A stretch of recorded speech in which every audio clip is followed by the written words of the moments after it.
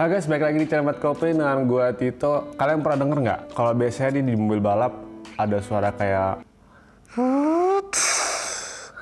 Oke. mungkin beberapa dari kalian ada yang tahu atau ada yang belum tahu juga gitu. Nah, gue di sini mau menjelaskan khususnya bagi yang belum tahu. Sebelum kita lanjut ke videonya, jangan lupa like, share, dan subscribe karena itu sangat bantu biar channel ini lebih baik lagi. Kita lanjut aja langsung ya. Jadi tadi sebenarnya suara yang kalian dengar itu adalah turbo. Jadi gini, faktor yang paling besar untuk menentukan tenaga mesin itu kan sebenarnya udara sama bahan bakar. Semakin besar bahan bakarnya, semakin besar udaranya yang masuk, makin besar juga tenaganya. Jadi mesin yang dari pabrikan itu kan sebenarnya udah didesain dari segmen efisien, performance, sama kenyamanan juga kan. Kadang ada juga beberapa orang atau beberapa petrolhead gitu kan yang pengen mobil ini lebih kenceng lagi, nggak puas dengan kondisi mesin yang sekarang gitu. Ada nih barang namanya turbo. Jadi sebenarnya banyak juga dari pabrikan yang dari awal tuh udah langsung dikasih turbo gitu. Ada juga yang enggak gitu. Mungkin contohnya kayak misalnya Mazda ya. Mazda itu kan sangat anti lah, ibaratnya anti untuk memakai turbo di mesin yang kecil gitu. Gue pernah dengar, gue pernah baca kayak gitu karena dia lebih percaya dia bisa mengoptimalkan mesin kecilnya dia nih yang di Mazda 2 ini untuk lebih baik lagi gitu tanpa harus memakai turbo. Turbo itu apa? Turbo itu untuk memaksa lebih banyak tekanan udara yang masuk ke dalam mesin. Jadi kalian pasti tahu kan cara kerja mesin itu berputar gimana? Yang empat tahap itu, intake, compression, power, exhaust. Nah, 4 itu kan. Jadi sebenarnya setelah pembakaran itu selesai di ruang bakar, itu kan ada ruang hampa yang kosong, ya kan? Jadi ibaratnya semua gas itu udah dikeluarin, ya itu kan ditarik. Nah, tekanan yang ada di sekitar kita sekarang ini itu sangat berpengaruh untuk berapa banyaknya udara yang masuk dalam ruang bakar gitu. Misalkan mobil kita sekarang ada di ketinggian 0 feet ya, atau rata sama ketinggian permukaan laut. Misalkan di mobil kita ini tenaganya 400 HP misalkan ya, tenaganya 400 HP.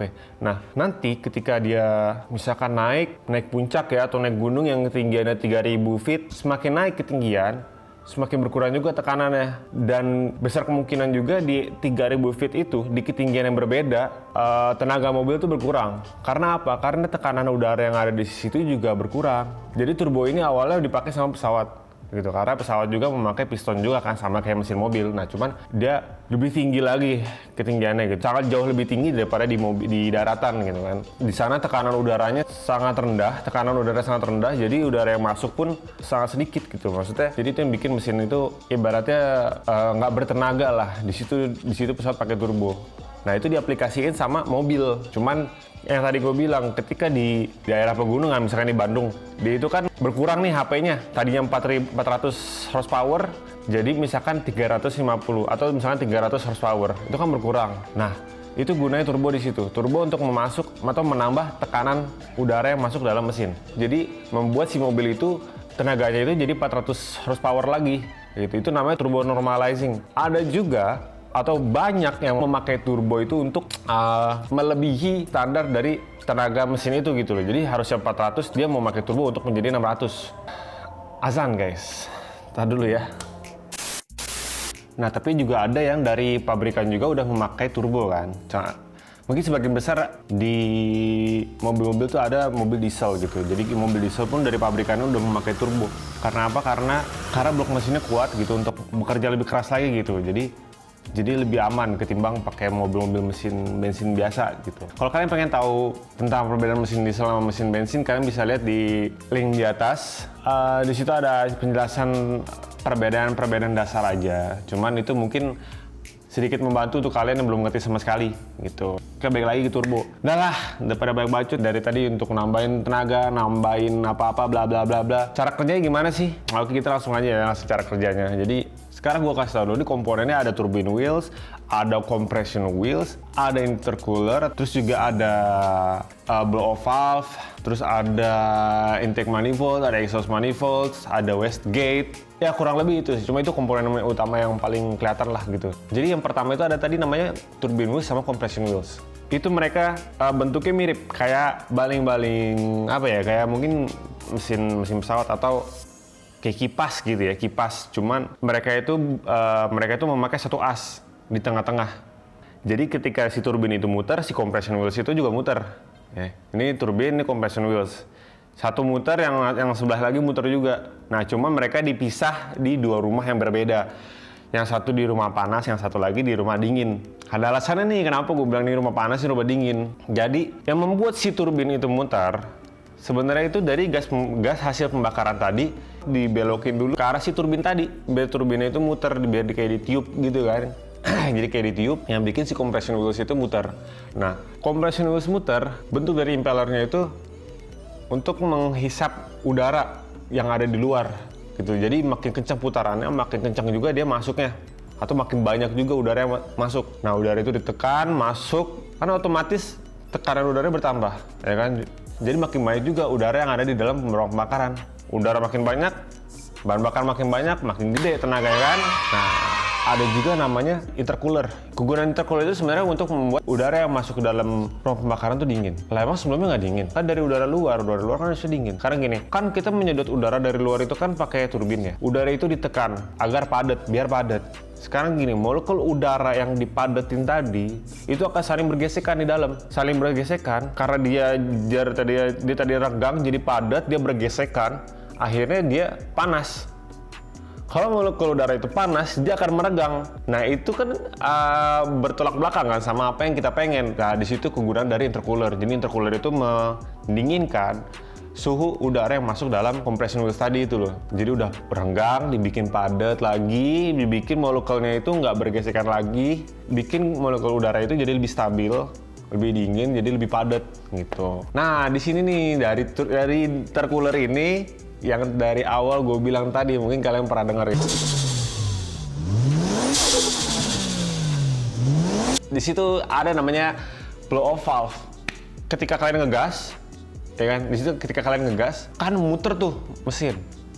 Tekanan udara dipompa masuk gitu kan, disedot, ibaratnya disedot.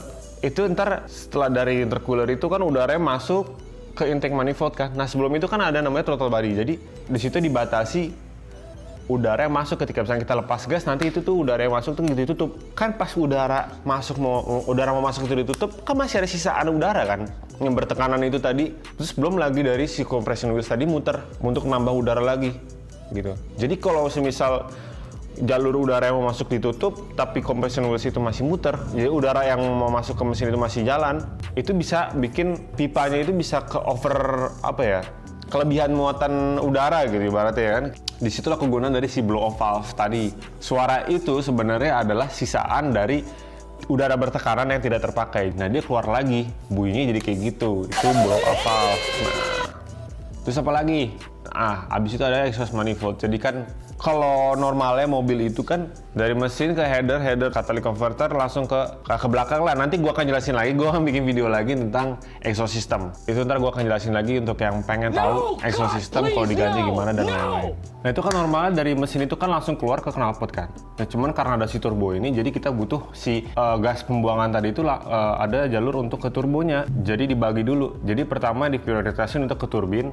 Ketika turbin udah berputar hampir mencapai limitnya, nanti ada juga namanya wastegate. Wastegate itu untuk membuang sisaan gas buang yang berlebihan agar si turbin itu berputar tidak terlalu kencang gitu. Nggak melebihi dari limit perputarannya. Karena kalau memutar dia terlalu kencang, dia bisa rusak gitu. Karena harusnya cuma sampai misalkan ya 5.000 rpm, jadinya sampai 6.000 rpm. Karena kan kita makin kencang gas, makin banyak juga udara yang keluar. Sedangkan kapasitas si turbonya itu nggak terlalu besar, jadi muter kekencangan, itu bisa rusak juga. Di situ tuh gunanya wastegate untuk mengeluarkan udara yang berlebih langsung ke knalpot, jadi nggak ke turbin lagi, jadi dia langsung ke knalpot. Nah, itu adalah sebagian besar dari step-step cara kerja turbo itu gitu. Jadi semakin besar turbo, semakin besar juga daya yang bisa ditingkatkan. Kapasitas turbonya makin besar gitu kan, jadi makin besar juga tekanan udara yang bisa masuk ke dalam si turbin tadi, ke dalam ruang pembakaran. Nah, kalau gitu kenapa nggak pakai turbo yang gede aja sekalian biar tenaganya besar banget? Ya sebenarnya bisa aja gitu, cuman kalian mesti lihat dulu dari mesinnya. Tapi sekarang gini, semakin gede si turbo itu kan makin berat muternya. Kayaknya adalah problem yang sering dialami ketika mau pasang turbo. Jadi kan butuh waktu tuh dari ruang pembakaran. Ketika kita nyalain mobil itu kan nggak langsung ada gas yang bisa memutar turbin kan. Jadi butuh waktu untuk turbin itu berputar. Makin besar turbonya, waktunya pun makin lama. Itu namanya turbo lag. Itu yang sering dialami ketika memakai turbo. Jadi makin besar turbo, lag-nya pun makin, lag itu kayak semacam telat ya. Lag-nya itu makin besar juga gitu. Tapi bagus untuk di RPM tinggi. Jadi ketika mesin mobil itu udah berputar lumayan tinggi, boostnya makin gede gitu, makin kencang juga gitu loh. Jadi dia lemahnya mungkin ada di RPM rendah. Jadi banyaklah penyebab lagnya itu selain dari turbo yang gede tadi itu gitu loh. Jadi ada juga penyebabnya dari kebocoran pada sistem pipa-pipa gitu. Misalkan bocor di bagian pipanya nih, ibaratnya kalian minum dari sedotan itu misalkan bocor, pasti kan kempos. Atau misalkan kalian ngerokok nih ada yang bolong, itu kan kempos. Nah sama juga itu yang terjadi di pipa-pipa itu, yang bikin si turbonya itu menjadi nge-lag. Kayak atau juga jarak dari si compression wheels ke intake manifold itu juga bisa menjadi penyebab si nge-lag-nya itu. Karena dari si compressing wheels-nya itu jauh, jadi kan makin jauh juga jaraknya, makin lama juga waktu ini butuhkan untuk mengantar si udara bertekanan itu gitu loh. Kenapa nggak dirapatin aja dari si turbo ke intercooler ke intake manifold? Jadi nggak semua ruang mesin itu luas gitu. Jadi ada yang memakai ruang mobil kecil, dari mobilnya memasang turbo, akhirnya ruang mesinnya kan terbatas. Nah jadi turbo taruh di mana, intercooler taruh di mana, intake manifoldnya di mana. Nah itu disambungin sama pipa-pipa tadi. Nah kalau pipa itu terlalu panjang itu bisa bikin nge-lag juga gitu. Jadi macam-macam. Gimana caranya nih mengurangi ya nge-lag turbonya itu? Jadi ada beberapa cara. Yang pertama ada caranya diakalin, ada juga yang mengupgrade sistem turbonya. Kalau mengakalin misalkan kayak diameter downpipe-nya kan setelah pembakaran itu gas buangnya itu kan melewati downpipe. Nah downpipe itu diameternya dikecilin biar hembusan si gas sisaan pembakaran itu lebih kencang ke arah si turbinnya tadi. Ibaratnya kalau kalian misalkan gini, jadi konsepnya itu kayak selang misalkan kan lubangnya segini, keluar airnya sampai nggak jauh gitu, cuma kan kalian perkecil diameternya biar airnya makin kencang kan, makin jauh nyemburnya. Sama kayak yang ada di si downpipe tadi itu loh gitu. Nah cuman ada minusnya juga nih kalau untuk mengecilkan si diameter downpipe-nya itu, kan dia otomatis ukurannya lebih kecil. Kalau airflow-nya kecil, dari gas pembuangannya itu nggak banyak, sebenarnya nggak begitu masalah. Cuman yang jadi masalah ketika kita masang turbo itu kan berarti hasil pembakaran itu banyak. Nggak sebanding dengan ukuran si diameter itu kan, karena udah dikecilin tadi. Jadinya akan menimbulkan efek feedback ke arah combustion chamber. Jadi harusnya si diameter itu misalkan segini-gini nih, kan dia dikecilin. Otomatis gas buang yang dikeluarkan jadi agak menumpuk dong. Karena untuk tadi memanfaatkan si efek yang kayak selang tadi itu jadi lebih kencang, tapi lebih sempit, yang beresiko bisa menahan gas buang sisaan pembakaran itu susah keluar gitu karena ada udara yang tertahan di luar exhaust valve-nya itu gitu loh. Itu jeleknya. Terus juga salah satunya memperendek jarak pipa-pipa tadi, sistem pipa-pipa tadi itu biar nggak terlalu panjang. Jadi nggak terlalu jauh juga jarak yang ditempuh sama si udara bertekanan tadi gitu, biar mengurangi lag tadi. Itu kan tadi yang diakalin. Sekarang ada juga cara dengan mengupgrade turbonya itu dengan memasang twin turbo atau bi-turbo nih. Nah, oh iya gue lupa. What the fuck? Ada pak mobil pabrikan juga yang menggunakan turbo yang sudah mengatasi turbo lag tadi itu gitu. Dengan cara turbonya itu menggunakan teknologi VNT namanya, atau Variable Nozzle Turbocharger. Jadi di dalam housingnya itu, di dalam rumahnya siputnya itu ada nozzle-nya lagi. Jadi selain turbin itu, selain yang kayak baling-baling itu ada juga namanya nozzle. Nozzle itu untuk beradaptasi dengan gas yang masuk dari ruang pembakaran. Jadi misalkan gasnya itu sedikit, ya gasnya sedikit, si nozzle itu sudutnya berubah biar si turbinnya bisa tetap kencang walaupun dengan gas yang sedikit atau dengan aliran udara yang kecil gitu. Jadi ntar gas yang makin gede, nozzle-nya berubah sudut juga biar beradaptasi dengan gas yang masuk ke dalam si turbinnya itu dari gas pembakaran tadi. Nah terus jeleknya VNT nih, dia itu pergerakannya si nozzle-nya itu kan sedikit gitu. Jadi nanti akan ada hidrokarbon di si nozzle-nya itu, jadi kayak semacam berkerak, jadi itu stuck gitu. Jadi kalau misalnya udah stuck, jadi turbonya itu nggak bisa maksimal lagi. Jadi begitu ada gas buang yang banyak, nozzle-nya itu nggak bisa bergerak lebih leluasa lagi karena nyangkut tadi itu loh, jadi macet. Nah hidrokarbon itu biasanya dikarenakan pemakaian mobil yang biasanya pelan atau kebiasaan di RPM rendah atau sering idle dan lain-lain. Nah pokoknya si mesinnya itu nggak biasa digeber gitu. Misal mobil itu nggak sering dipakai buat kebutan atau buat di RPM tinggi, tetap harus sering dibersihin apalagi di bagian tadi nozzle-nya itu jelek FVNT gitu. Nah, cara terakhir adalah mengupgrade sistem turbo menjadi twin turbo atau bi-turbo nih.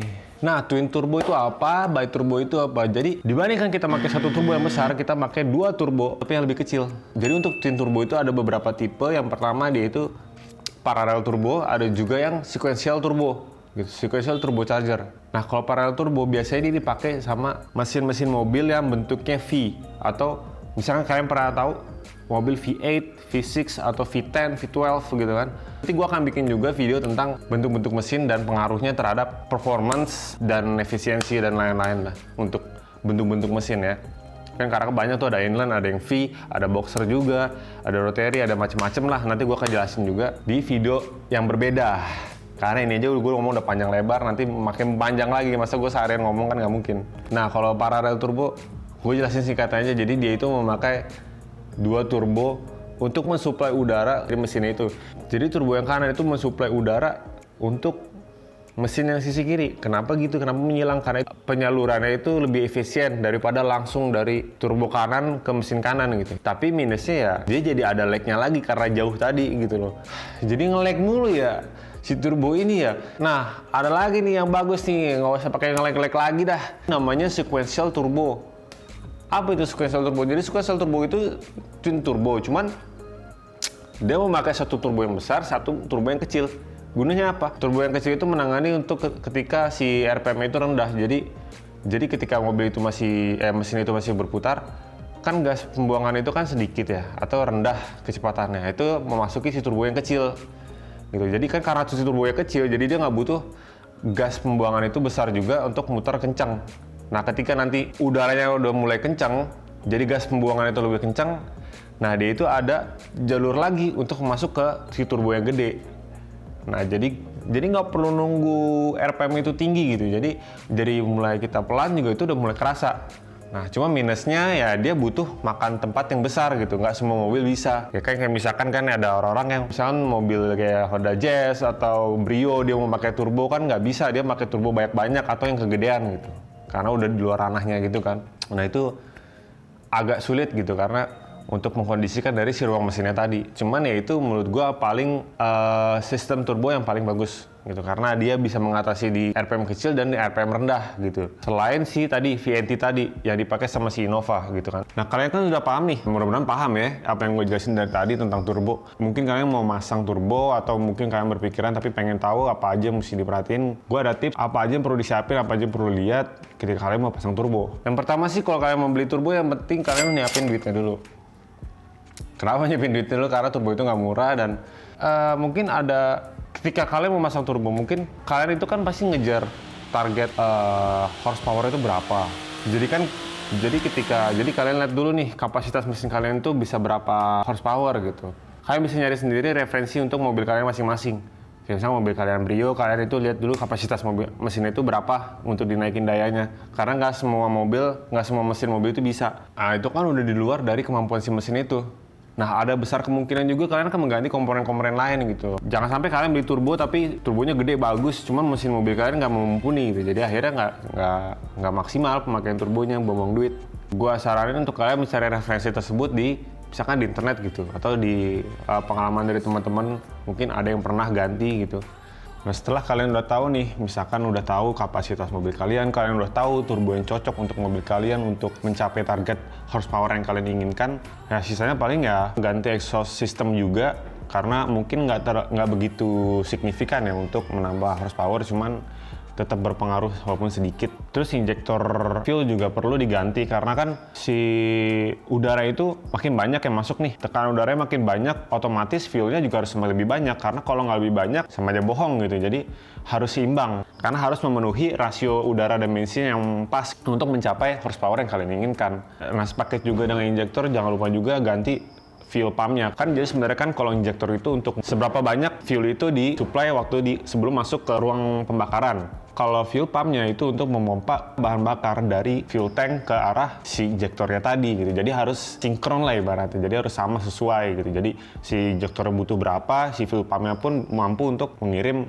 dengan jumlah tersebut yang injektor butuhin. Terus yang terakhir, Sebenarnya banyak sih, cuman dari gue yang terakhir mengganti ECU atau kalian bisa memakai piggyback gitu. Karena fuel tadi, udara dan busi itu semua yang mengatur itu ECU. Jadi kan kalian udah merubah nih semua dari standar pabrik. Jadi kalian udah merubah dari standarnya, otomatis ECU juga harus kalian ganti. Antara kalian ganti atau kalian memasang piggyback atau kalian remap gitu. Nanti akan gue bikin lagi video tentang perbedaan-perbedaan antara piggyback atau remap atau reflash ya. Jadi biar nggak kepanjangan, gue udah capek banget nih aja gue tadi kepotong sama maghrib, kebetulan lagi puasa, jadi gue buka puasa dulu. Dan ini malam takbiran, kalau kalian denger ada suara petasan, ada suara takbiran ya maklum aja, karena ini juga gue agak kebuka, jadi mungkin agak masuk ya suaranya. Oh, yang terakhir bukan itu. Yang terakhir, kalau bisa kalian itu memasang turbo atau merakit turbo itu di tempat yang proper. Maksudnya tempat yang proper itu di bengkel yang bisa memasang turbo, bisa masang juga piggyback tadi atau mengganti ECU dan juga sekaligus tes dyno. Jadi kalian nggak masang turbo di sini, masang piggyback di mana, remap di mana, terus kalian dynonya di tempat lain. Kalian akan bolak-balik. Lebih baik kalian merakit itu semua di satu tempat kalau bisa. Ada beberapa tempat, cuman nggak semua tempat bisa dyno gitu. Jadi paling gitu aja untuk video kali ini. Kalau kalian merasa video gue bermanfaat, jangan lupa like, share, dan subscribe biar channel ini lebih baik lagi. Dan juga jangan lupa tekan tombol notifikasi biar kalian nggak ketinggalan konten-konten selanjutnya. Kalau kalian yang stay sampai menit segini, gue ucapin terima kasih banget. Gue salut sama kalian mau sabar untuk nonton dan mau mengerti. Jadi thank you banget yang udah nonton. Bye-bye. Guys, jangan lupa like, jangan lupa like, share, dan subscribe. Aku lebih hafalnya tadi yang kalau konten. Jangan lupa like, comment, subscribe, dan share. Iya, kan dari tadi aku ngomong gitu. Apa sih? Udah, uyang gua.